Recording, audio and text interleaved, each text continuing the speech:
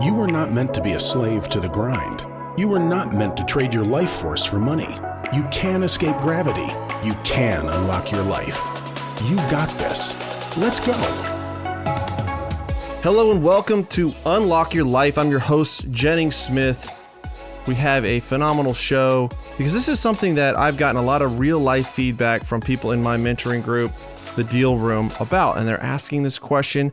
So I wanted to do an episode on it.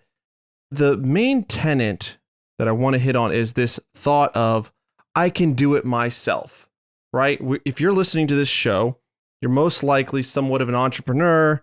You own a business, you own rental property, or you have a bend towards that, and you've been very self-sufficient, right? You've gotten where you are by doing it yourself most often. You're the best at it. You're the fastest at it. Typically, you're talented at it. And so you've gone a long way, and a lot of times maybe somebody that you've hired or somebody that has tried to help you has just not turned out as well as you thought, or if you tried to trust somebody, maybe you subbed something out and the contractor didn't do very well, or the person that was supposed to be handling it didn't handle it, and you ended up having to jump back in. And so you come back to, I can do it myself. And it brings me to my first job. So my first job, I was in construction, working for a contracting company that was building these 3-bedroom, 2-bath, pretty much tract homes that were going to be rental properties. And the people who owned the company, I would say, were not the best business-minded people. Their model was, we got to do this as cheap as we can, and it doesn't matter if it takes longer or if it's not the most efficient way. We're going to do everything ourselves, and we're going to do it cheap, right? So I'm talking, we were digging these footings by hand. We were using a 5-gallon bucket with plastic tubing as a water level because it was too expensive to buy a laser level, like a transit, or to rent a transit. So they made us use this water level, which was much slower. And we're struggling with this. We couldn't rent a track hoe. We had to dig these footings with a shovel through roots with axes and sawzalls. And I mean, it was miserable. I mean, we laid the block work. I'm not a brick mason. I'm a $10 an hour, 18-year-old kid, and I'm laying block work extremely slow. But hey, I'm $10 an hour, right? There's no overhead. There's no markup. I'm building this, and we're pouring the slab. We're finishing the concrete ourselves. We're framing it. We're doing the siding. We're doing the shingles. We're nailing the shingles on. We're installing the windows, doors, sheetrock, wiring. We're doing the electrical ourselves. We're doing the plumbing ourselves. The only thing we didn't do was the HVAC because we didn't have a license to buy the machine that we needed, the units. And so when we would finish up the job, you know, they wouldn't have another job ready to go lined up. And I mean, it would take us months to build one house at a time. And I'm making $10 an hour. The foreman's making $15 an hour. And I don't know. I mean, I don't think that the owners were doing too well. From the looks of outside looking in, they definitely were not killing it, bringing down the money. And so this is the way that I was trained, right? And a lot of times we're a product of our environment, and we do what we know, right? We do what we know. And so this was sort of the way, and this is the way that I modeled my construction company, right? I'm going to do it myself. I'm going to do the trim. I'm going to do the painting. I'm going to do the framing. I'm going to do it myself. And that is not the way to do it, right? We look at these larger companies, you know, D.R. Horton is a good example of a home builder who's figured it out. And they're doing the same thing over and over again. They're subbing it out. You've got Apple, who's innovating. They're finding the best people. They're not worried about being the cheapest. They're worried about being the best. They're subbing out different parts and components to China, and they're building systems and processes around how to make those things efficient. And I didn't think about any of that. And I modeled my construction company, and it eventually trapped me. So when I got into real estate, I decided I am not going to do this. I'm not going to build this company the same way as I built my construction company. We're going to have processes. We're going to have systems. We're going to have teams. I want passive income. And for it to be passive income, it has to be passive for me. And so it sounds awesome. And if you think about, if you were to plug in as the CEO doing millions of dollars of revenue with, you know, your office and your employees and your teams, that's when you would do that. That's when it would make sense. Except that's not how life works. And if you're doing real estate or whatever business you're doing, you realize that the people that are in that position at some point, they weren't there. They were small, right? They were doing it themselves. So how do we get from here to there? How do we get from A to B? Because when I did real estate, when I jumped into real estate, I was really scared. I didn't have a ton of runway. I didn't have a portfolio to manage. I had a couple rental homes. I didn't have like a full-time job worth of managing all these assets and making all this money. In fact, I had a lot of time on my hands, if I'm being honest, because I had sold my construction company. I wasn't doing that anymore. I was trying to get things going with real estate, and I had a good bit of time on my hands to do this, and I didn't have a lot of money, right? So I was scared. So I went back to my old standby that I can do it all myself. And here's where I'm going to differ from maybe most gurus or self-help people or whatever. I think it's okay. I think it's okay to do it yourself in the beginning, right? And I want to give you permission if you're getting into real estate and you're trying to do something new. I think it is okay to do it yourself. I think it's okay to learn. I think it's okay to get in the trenches and get really, really good at something and deeply understand your business. But it's not okay to stay there. And that's where a lot of us screw up, is because once we have some traction going, once we have some momentum going, we stay there. And that's where we reach a level, we plateau off, we get comfortable, and we won't move beyond it. And we're going to talk about some of the things that we struggle with and I struggled with. So let me get to that. So I built it up. I built the real estate. I did it myself.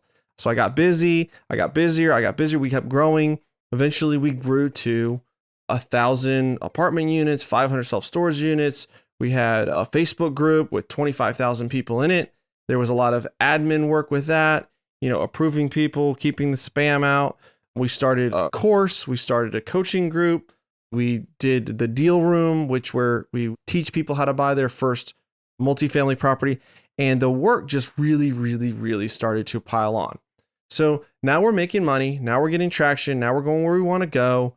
And yet I am running flat out 100 miles an hour. And I also have a lot of things that I want to do besides this, or things that I could do to make these things better and improve them. And I'm trapped again. I can't do those things because I'm at max capacity, right? And I think that I'm always going to be at max capacity, right? I'm always going to work. I like to work. I enjoy working. If you're listening to this show, you probably do. And so if you think that you're going to get to the place where you don't have to work anymore or don't want to work anymore, you're probably not being totally honest with yourself.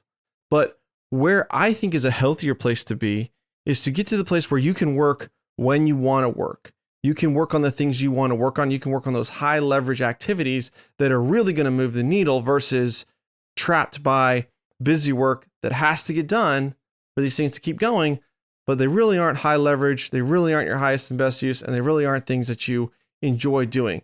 Because I think that the best place to be is making a lot of money while doing something that you enjoy, that you're passionate about, that you're good at, that you have a mission for, right? That's something that you want to do versus like whatever, maybe you don't like the property management aspect or the bookkeeping aspect or the deal hunting aspect or whatever it is that you don't like, the legal documents. You're not focused on that. It's got to get done though. It's still got to get done, but it isn't something that's bringing you joy, bringing you life. Okay. So people in my life started to say, you're too busy. You need help. You need to hire somebody. You need to hire a team. You need to get VAs. You need to get subcontractors. You need to get employees, whatever it is. I didn't want that. I had employees in my other company and it took a lot of my time, effort, and I just didn't want to go down that road, or so I thought. But really, I hadn't done it in the right way. So my thought was, this is a good idea. I need to do this, but I'm really busy. I don't want to work on finding them. I don't want to train them.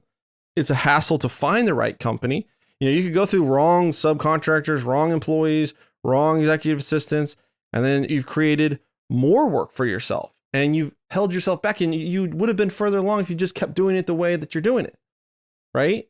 I liken it to if you need to move water across a room, right? It's like grab the buckets of water and fill up the buckets and carry them across and dump them in the other side, right? If you're trying to move the water across the room. Well, the smart person starts building a pipeline, right? He starts putting pipes together. He starts putting the couplings on. And in the beginning, the dude carrying the buckets is killing him. He's getting more and more and more water over there while the guy building the pipeline is just seemingly messing around, right? But eventually what happens? That pipeline gets built. Those couplings get connected. It gets connected to the source of the water. And now effortlessly water is dumping on the other side because this guy's utilized leverage. And when the guy with the buckets gets tired and he has to go to bed at night and he has to stop, he's taking the weekends off and he's going on vacation, dude with the pipeline, his pipeline's running 24/7. It's keeping on pushing that water through the pipeline, weekends, holidays, whatever. All he has to do is keep that pipeline in good repair, keep it working. If it springs a leak, he's got to fix it. But that's the long-term vision that we need to have as we're building businesses, as we're building the lives by design, an unlocked life that is worth living and is fun to live and that we're enjoying and living to the fullest. So it costs money, though, to build that pipeline, right? The pipeline isn't free. The buckets are a lot cheaper. It's a lot cheaper to grab those buckets and carry them across the room in the beginning. So how do we start to build that pipeline? Well, I wasn't sure what I would do, right? I didn't see a need. It's like, man, if I do all this, I'm going to have all this freed up time. I don't really need more freed up time. I enjoy kind of what I'm doing. Can I monetize this? How am I going to pay for this? And am I going to be able to use my free time to do things that are like highest and best uses, right? Because success starts small. The lie is that you're going to walk into this and you're going to absolutely need it. Like it's just going to be glaringly clear and you're going to be the CEO in the Ivory Tower pointing to all your employees and teams and executive assistants. And you got the jets and the boats and the yachts and the real estate and all this stuff. And you absolutely need somebody to help you to manage your life. And that's when you do it. That's a lie. That's not how it works, right? That is not how success is built. Success is built where you're scared, right? You're looking at your workload. You know, it's a lot. But you're also looking at your bank account and you're looking at the dollars coming in and you're thinking, is this something that I can really afford? Is this something that I really want to pay an employee? It's something that I can do myself. I've been doing myself. If they start doing it, am I going to be able to utilize that time and monetize my time in a better way, in a more efficient way? You know what? I'm good. I'm not going to do that. And you keep delaying it and you keep putting it off. And the Ivory Tower never gets built. And the CEO position never evolves because you're still stuck at, well, I'm not ready yet. That's for other people. I'll get there. I don't have enough for them to do. I don't have an extra $60,000, $70,000, $100,000 a year salary laying around to pay this person, right? I'll just hire a virtual assistant in the Philippines for $6 an hour or $6 a day, and they're going to help me manage everything, right? It's faster if I just do it. I'm not going to have enough work to do myself if I offload all this. So I'll be wasting money if I hire somebody. Now, tell you guys, I thought this way a long time, and it's wrong. It's absolutely wrong. Every one of those assumptions is wrong, and we're going to dig into those assumptions. We're going to audit those assumptions in a couple of minutes. So stay with me. Okay? So here is what happened. I came to the conclusion that I had to make progress. I had to do something if I was going to grow, if I was going to get to the next level. I hired Stacy. So Stacy is my assistant right now, my executive assistant. And I think that that's a great place to start. I think that VAs and software and buying like something that's going to post on social media for you and hiring like a one-off person that's going to underwrite deals for you and are hiring somebody for 4 hours a week to do this and do that. Like, I think that is in the long run, just holding you back. It's holding you back from the inevitable. And granted, this is for somebody that is working and getting traction and whatever. I'm not saying if you're dead broke, go out there and hire, a full-time executive assistant when you have no opportunity at your disposal. And I think you would know that. I'm talking to the people that are running wide open, that are getting traction, that are getting there, and they want to keep going and they want to go to the next level, but they're scared. That's who this podcast is geared to. Right? So if this is you, I'm talking to you. And you probably think, well, I'm not quite there. If you're thinking that, you probably are already there. So pay attention, listen up. So I hired her, and at first it was slow. It was slow. It wasn't this magical, like, oh my gosh, my life is solved. All my problems are solved. She's doing everything. She's taking everything off my plate. It's amazing. No, I mean, I made a list of the stuff that I didn't like to do. I made a list of the stuff that I wanted her to do. I made a list of the core things we were working on with asset management, with the Facebook group management, with the deal room. And we just started to tick away at that. And it evolved, right? Some of that stuff worked out. It was important. It was good. Some of that stuff, it wasn't really the right thing for her to be doing, or she didn't necessarily have the skills to be doing that. And so it fell off and it evolved, but it was going in the right direction, right? So now she's coming up on her 1-year anniversary, and we have this sheet, and every week we meet and we kind of track the stuff that she's working on. We add to it, we delete it. We check on the KPIs, the key performance metrics or key performance indicators that are telling us, hey, she's going in the right direction. She's tracking in the right direction. We're making progress. Another thing that I recognize, guys, is just like the roles, the responsibilities, handing things over and building into that role, it doesn't happen all at once. You don't hand him or her the keys to the kingdom day one, access to all your bank accounts, social. They're taking over your asset management, your investor relations. No, it doesn't happen like that. And the other thing that's doesn't happen that way is the salary doesn't get paid out in day one. So let's say you hire somebody for $50,000 a year. Well, you don't have to have $50,000 ready to go, bankrolling them day one, right? What do you need? You need to be able to pay them for the first month. So $50,000, I mean, that's like $4,000, $4,000 or $5,000 a month, right? So if you have $15,000 set aside, saved up, ready to invest in your business, you have 3 months worth of salary for that person. And if you have 3 months worth of salary, after 3 months, you're going to see this is working. You're going to start to see that they are now making you money. You're going to start seeing more time. You're going to have opportunities that you can pursue, and you really can work on monetizing that.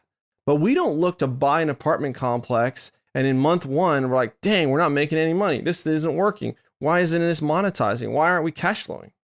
Maybe the apartment needs some renovations. Maybe it needs fixed up. Maybe we got to turn over the tenant base. Maybe we got to refinance it and get the preferred return off of our back before this thing is really going to cash flow, right? But it will cash flow. We're moving in the right direction. And the same is true with an investment in a person, in a team. You can't expect that thing to be like cash flowing day one from what it's an investment. But after 3 or 4 or 5 months, you should definitely see progress in the right direction. And if you have to cut your losses, if you have to move on, if you have to find the right person that isn't the right person, well, you haven't lost $50,000, $60,000. You've lost $10,000, $15,000, and you can recover from that and you can move forward. And that was a big thing for me, was thinking, oh, wow, I'm just going to take my income and cut X amount of dollars off of it, whatever salary. That is not true, because this is going to help you earn more, right? You would invest $1 to make 3. You would buy an apartment complex, and put in 100 to make 200, 300. And this is how you've got to start seeing investing in your teams and investing in people. So things started to change, right? Stacy adapted to what we were doing. She started learning. She started getting the hang of it. She took on more roles. We could train on something for her to do, something, take over, and she would get it. She would take it and run with it. And now I didn't have to worry about it, right? I know that Stacy's got it. So something that we do is we send out an email, right? We email out my podcast to our email list every week. And once we trained on that and how to do it, how to use the system and where the podcasts were located and the template, boom, that thing happens every week like clockwork, and I don't have to worry about it, right? The same thing with our shows, right? We do a Tuesday underwriting show and it gets sent out to the whole deal room, and it happens like clockwork. And now I look as though I'm accomplishing a lot more, and I am accomplishing a lot more, right? I'm accomplishing way more because I have a leverage piece there. Leverage is what builds empires, not hard work. Hard work is not the answer. Hard work is not the key. Jumping up and down, beating your chest like I work the hardest, I'm going to outwork everybody. Good for you. But I would say that most of us here the guys and girls that I'm rolling with, that's not the problem. Oh, that you're lazy, that you don't work hard. Right? If that's your issue, then this message isn't for you. This podcast isn't for you. You really shouldn't be. If you can't motivate yourself to get off the couch, you shouldn't be listening to me. But your issue is you're working on the wrong things. You're working on low leverage stuff. You're soothing that fear inside of you through busyness, right? Oh, I've worked so hard today, so I deserve a break because I know that I'm doing the best I can. I'm working as hard as I can. Okay, you're going to continue to get the results that you've gotten, right? If you just keep working, hard work and more hard work is not going to get you where you want. You have to do things differently. You have to implement leverage. Okay? So once that happened and she started getting it and we started implementing this leverage piece, then the magic started happening. One, I started to dream. I started to think about how could my mentoring program be better? What other avenues could I do? What other businesses could I be a part of? How can I buy more real estate? How can I make it easier for my mentees to buy real estate? And how can I build my social following, right? I was spending so much time trying to build this following, and it was start and stop, and I really wasn't getting much traction. And I was taking tons of time with a low leverage activity of waiting for videos to upload, et cetera, et cetera. And so this is what happened. And I wrote this down.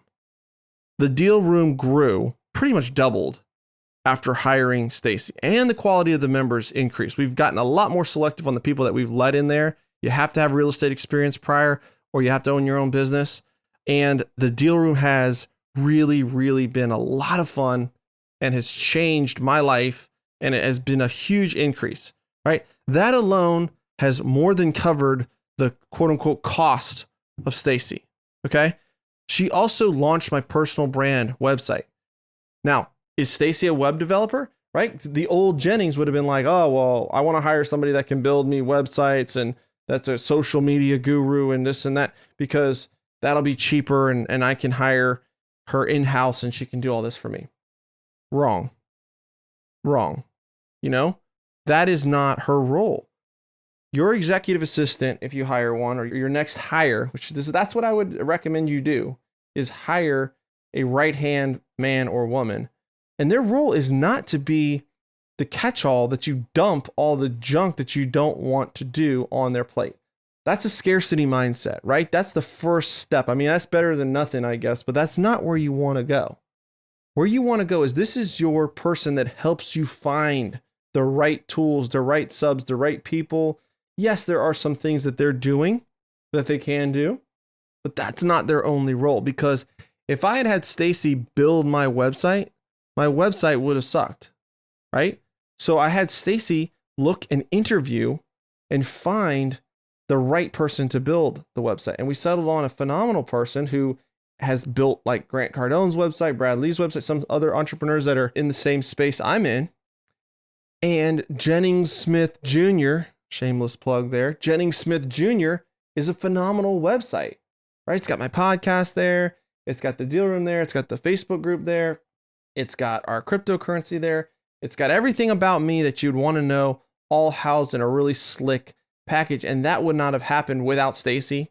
I never would have gotten it done because I would have tried to hire some web company. They would have sucked. I would have missed the meetings. I wouldn't have wanted to go through all the revisions. I mean, Stacy drove it. And we're going to get to that in a second. So that happened. Deal Token Crypto launched because of Stacy, because we're meeting every week. We're talking about it. She's helping me get the white paper done. She's helping me get the website done.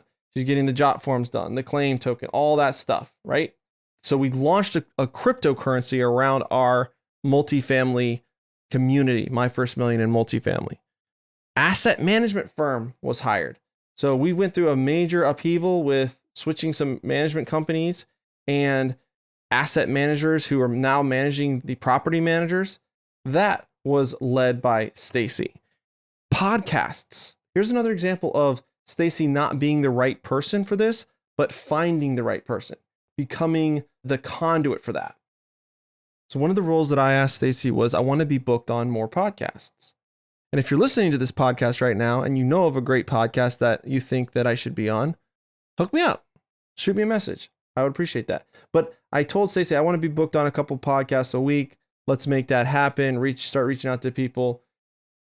And a couple weeks had passed and we're checking in on this task and it really just was not happening, right? We're not getting the bookings we want. And I ask her what's going on, and people are blowing her off. They're not replying and she's just not able to get it done. I said, well, what can we do about that? Because this is important. We need to make this happen. And we brainstormed a little bit and we came up with, let's take the same approach that we did with the website. Stacy is not a specialist in booking podcasts. However, there are firms, there are companies, there are consultants that can help us get that momentum going.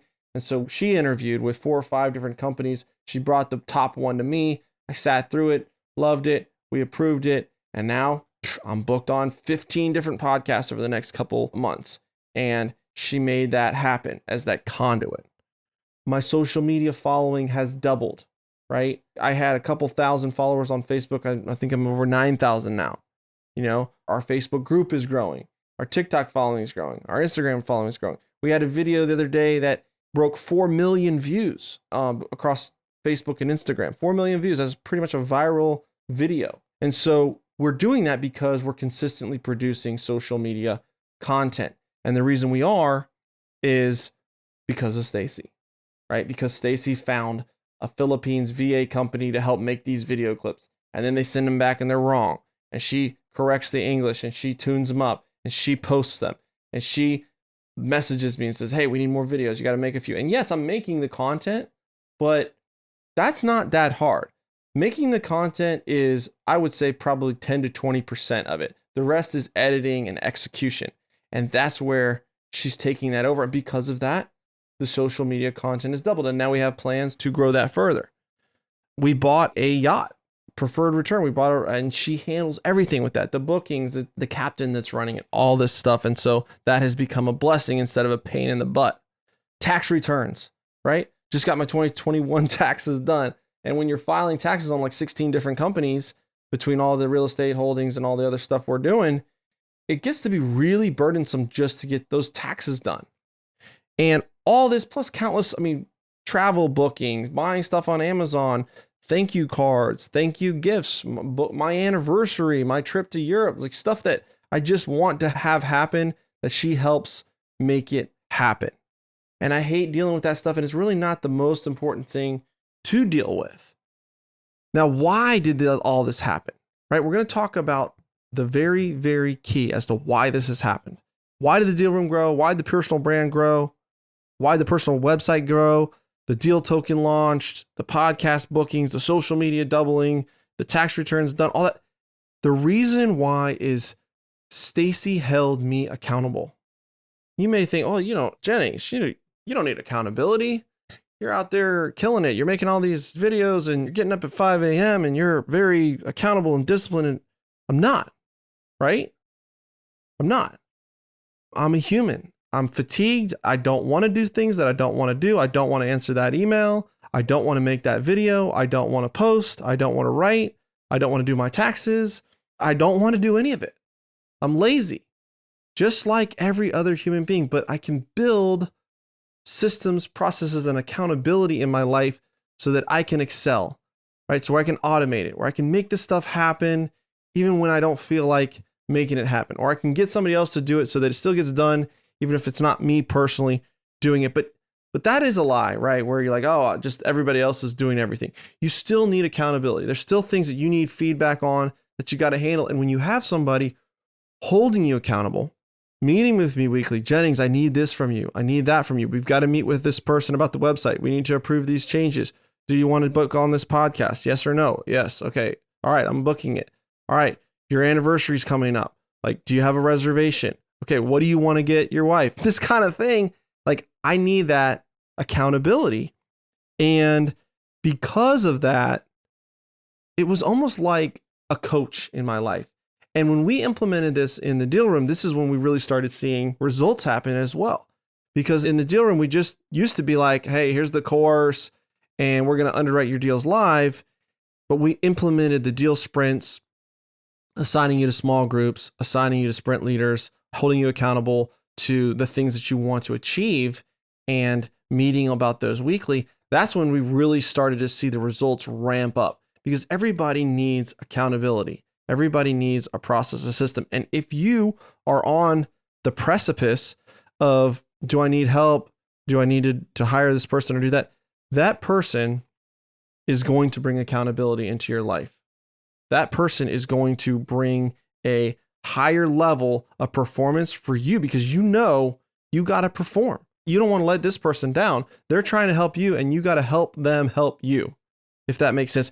When we're focused on something, it happens. When our back is against the wall, we can do amazing things. And when we put that intrinsic pressure on ourselves, that accountability, then things happen, right? So if I'm paying this podcast booking agency, I think it's like $1,800 a month, you know what? I am going to take these interviews. I'm going to take these bookings. I'm going to make this thing happen. I pay my podcast producer $1,200 a month. Well, I better record 4 episodes a month or I'm just wasting my money. You know, the people that are in our deal room, they're paying $400 a month to be in the deal room. And if they're just sitting around doing nothing, not making progress, not sitting on the calls, not showing up, not doing the accountability sprints, it's like, it hurts. It hurts. And I want it to hurt. I want it to mentally torture them so that they take action and get the result that they want and change their life, right? It needs to hurt. When you're having an executive assistant or employee and you're not utilizing them, you're not freeing up your time, and then you're not utilizing your time for the highest and best use of the next thing that you want to achieve and accomplish, then it hurts, right? You feel that intrinsic pressure and that accountability excels. And this is why teams of people are always going to beat individuals. This is why in sports, when we see the well-oiled machine, the team with a great coach, they're going to beat the superstar every time. You know, Michael Jordan could never win until he got the full package, until he got Scottie Pippen, Dennis Rodman, you know, a rebounder, defenders, an assist to help him get it done. And you need to think of yourself as the coach, right? The coach of the team. And most of us are trying to be the superstar. We're trying to get in there, throwing the touchdown pass. We're the only one that can do it. We're the one that makes it happen when the clock is winding down. You know what? That's the wrong mind picture. You are the coach. You're the person that is putting the pieces together, that's putting the teams together, that's motivating people to generate value to the marketplace, because that's something that you can scale. That's something that you can build instead of maxing yourself out. So my encouragement to you is, if you're at the place where you're stalling and you want to hit on the next level, you're plateauing, you know you're too busy, you know you're not working on your highest and best use, you know you're not pursuing, you've stopped dreaming, right? You've stopped dreaming about the next thing because that's so overwhelming with all the stuff you have on your plate, it doesn't even compute. If that's you, then you need to make a change. If you keep doing the same thing, your plan got you to where you are. And where you are now, that's great. That's awesome. But if you want to go somewhere different, you've got to change the plan. You've got to do something different. If you don't like those results, then you got to change it, because your results are just a perfect reflection of your current plan. Your current plan needs to change if you want those different results. So get your back up against the wall, make some changes, make some commitments, time, money, people, investments. This is what's going to push you. This is why you see these people that join these masterminds. Like, why would you pay all this money to join these masterminds? Because it puts my back against the wall, right? I'm not paying, $50,000 a year to be in a mastermind to go and mess around, right? I'm there to grow. I'm there to learn. I'm there to connect. I'm there to make new friends. I'm there to learn, and I'm there to keep up with that group, right? I'm putting my back against the wall, and it's one of the major contributors to success. So if this resonates with you and you're thinking about this and you're not sure, what the next move is, take the plunge or reach out to me, shoot me a message. I'm happy to chat. I try to answer all the messages, but that's what I got for you today, guys. If this podcast means something to you, if you enjoy listening to it, you leave me a 5-star review. That would mean a lot to me. It helps share the word so that more people can do this. We're hitting at 2,000 downloads a week now on this podcast. So we're really getting traction. I'm excited about that. You're a part of that, and I appreciate you. So guys, I'm going to leave it there. Remember to unlock your life. All right, guys. Peace.